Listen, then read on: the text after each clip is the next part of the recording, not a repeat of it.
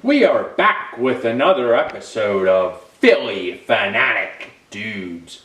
Today I'm going to... The Sixers season is over, and it's a bittersweet feeling, really. I mean, when you look at this team and where they've gone the last 6 years, from the trust the process days, everything they've gone through from Ben Simmons to Jimmy Butler to Tobias to Harden. I mean, it's been a really just weird run. You know, the one constant throughout it all has been Embiid, and shuffled out as all these different players trying to make this work. And it just stings. It stings because I know Joel Embiid, he's run out of time. He's, a 30-something athlete now whose body is not going to age well. It's already showing.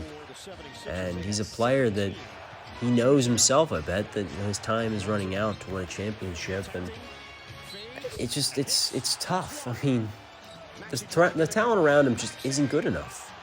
You know, Tobias Harris is literally one of the worst big contract players you're going to see. He's awful. I mean, he just isn't good. I mean, it's not just that he's not as good as his contract tells him that he should be. He's just not a good player. By the end of that contract in the playoffs, he just wasn't good. To the point where you couldn't start him anymore. He just wasn't a player you could count on. You know, it's just frustrating. And Tobias Harris is really, really one of those players that's just so frustrating to watch on a night-to-night basis. And he seems like a great guy, but I'm happy he's gone.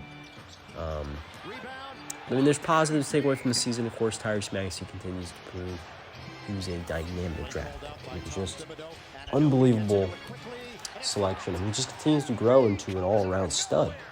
I mean, if there's one good takeaway is that Tyrese Maxey can be a legitimate option as a star on this team. But the issue is, outside of Maxey and Embiid, I mean, where are you left? You know, Oubre, I really like Oubre, but they need more. I mean, they just need more guys. They need more depth.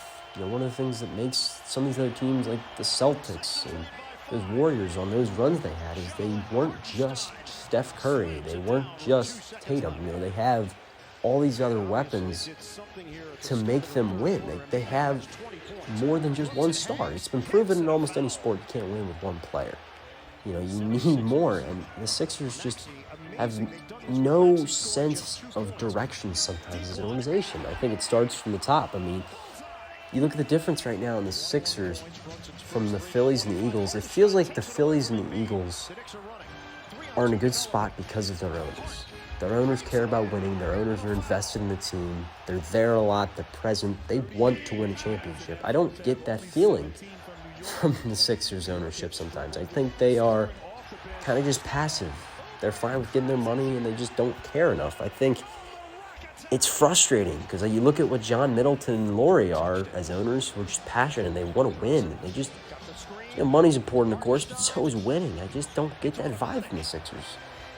And, the whole, debacle with the fans, too many Knicks players in the stadium. I mean, it sucks. Of course, it was a lot better in Game 6, but just everything about the Sixers, it's just like, I don't know how you can trust them going into next year. Embiid's a year older. Injuries are probably going to continue to play a factor. I love Maxey, but as good as Maxey is, you need more around him, and they have an ownership that I just don't think you can trust at any moment. They haven't proven you can trust them, and it's just frustrating. I don't know what you can say about it. Like, one of the differences between the Sixers and Phillies is the Phillies are putting every single possible thing they can around Bryce Harper to win a ring.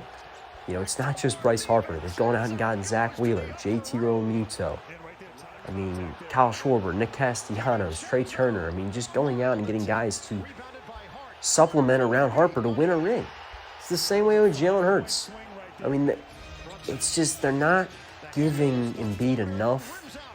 And I think Embiid gets a lot of the blame, and it's so frustrating because, Embiid, he has his moments, but he's just a guy you want to root for. He's a guy that genuinely you want to win, and we've seen him through all these ups and downs. It feels like it's a lot of the pressure is just weighing on his shoulders now. It just doesn't seem like he's having as much fun as he used to. He's such a fun, energetic guy when he came up, and it just seems like the weight of all these playoff failures and these issues off the court are just getting to his personality. It's frustrating all around because the Sixers, there's so much talent there, but it's just not enough. Every year, they try and make people believe in them, but when push comes to shove, they're just not quite good enough, and it's incredibly frustrating. There's just a clear difference right now between the two organizations. I mean, you look at the Phillies, you look at the Eagles, and you look at the Sixers. There's a clear difference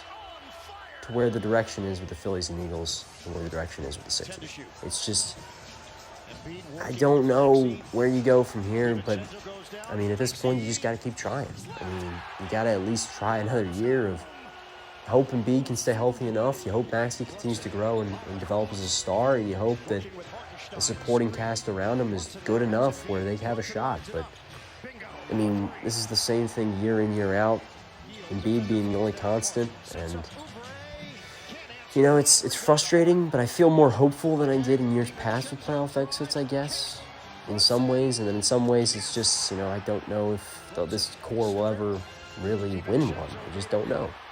It's incredibly sad and frustrating, but still a fun season to watch, still a fun team, but there are a lot of changes they need to make if they want any shot. So it was a great season. Now it's on to the Phillies. The Phillies are unbelievable right now, just playing out of their minds, taking advantage of some teams they should take advantage of, and now it's just on to them and their season and on their route to a hopeful World Series appearance and win. So it was an all right season, but there's some big changes need to be made.